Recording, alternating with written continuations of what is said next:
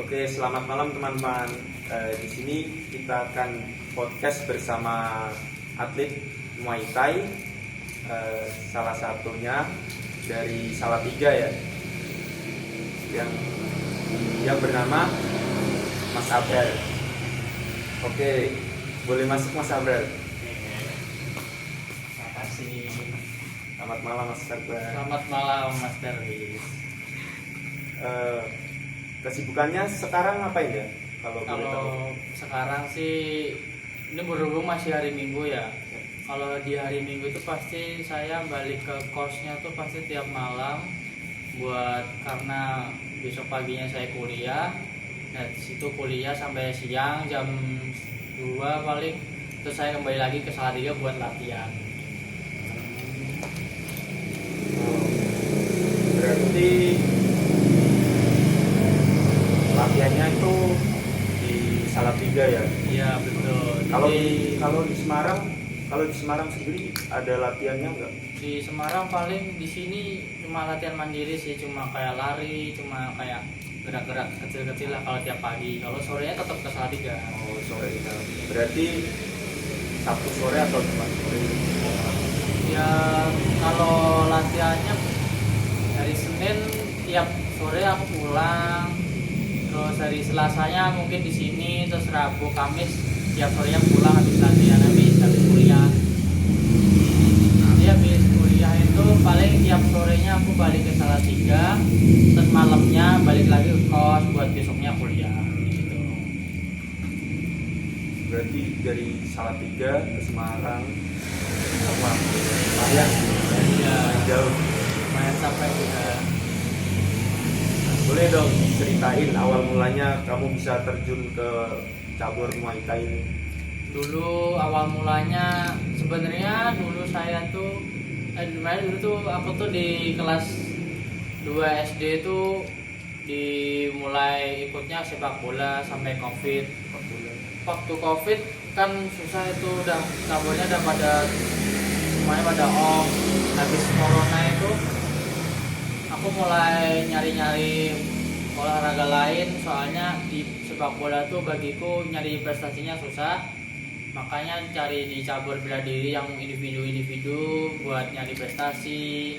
Apalagi kalau kita dapat insentif gitu kan dibuat kita sendiri. Kalau olahraga bola gitu kita membagi-baginya apalagi banyak gitu kan. Terus di awal mulanya tuh waktu SMA temanku itu ikut latihan bela diri juga di Salatiga. Dari situlah aku mulai ikut latihan, terus sampai sekarang jadi serius lah, jadi di bidang atlet ini. Kalau boleh tahu nih, di cabur Muay Thai kalau setiap event gitu ikut di kelas berapa? Kalau di kelas berat di kelas 67 kilo kalau di Muay Thai. Aku juga di caburnya tuh macam-macam sih. Kadang kalau ada pertandingan wushu ikut wushu. Kalau di wushu di berat badan 65 kilo. Kalau di Muay Thai 67 kilo. Selain dua cabur itu, aku juga pernah ikut kickboxing, paling cuma sekali itu di berat badannya juga 65 kilo. Jadi sekitaran 65 sampai 67 lah berat badan kalau tanding. Sebelum ikut Porprov, apa aja sih event yang pernah diikuti dari kecamatan kah atau dari kabupaten pernah? Nah, boleh dong disebut.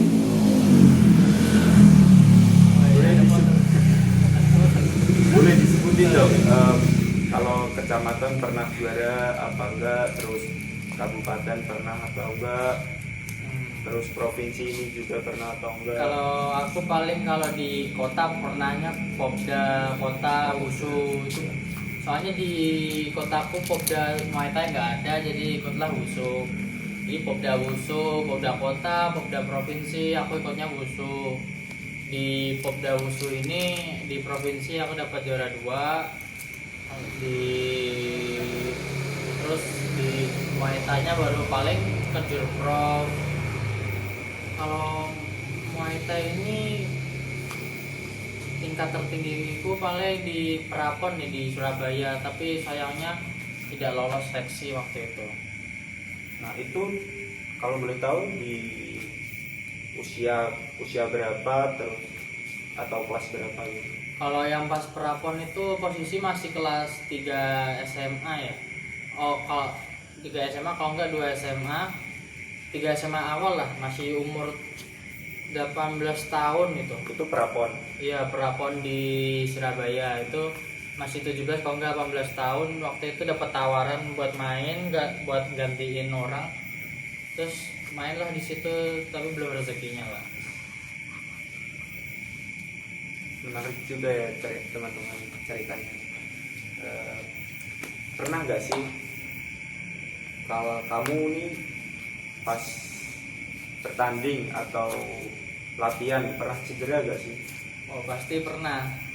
Nah, Ini terakhir cedera tangan di siku kemarin, sempat main tarung bebas di NTB di Nusa Tenggara Barat, di tempatnya ya di Lombok sana. Siku kiriku ini dislok waktu dibanting, waktu main tarung bebas lah. Terus ini mulai pulihnya 3 bulan paling baru bisa buat mukul. Sekarang masih susah sih kalau buat gerak, buat pukul-pukul masih lumayan terasa lah. Nah pernah pas cedera nih pernah ada firasat mau nyerah gak?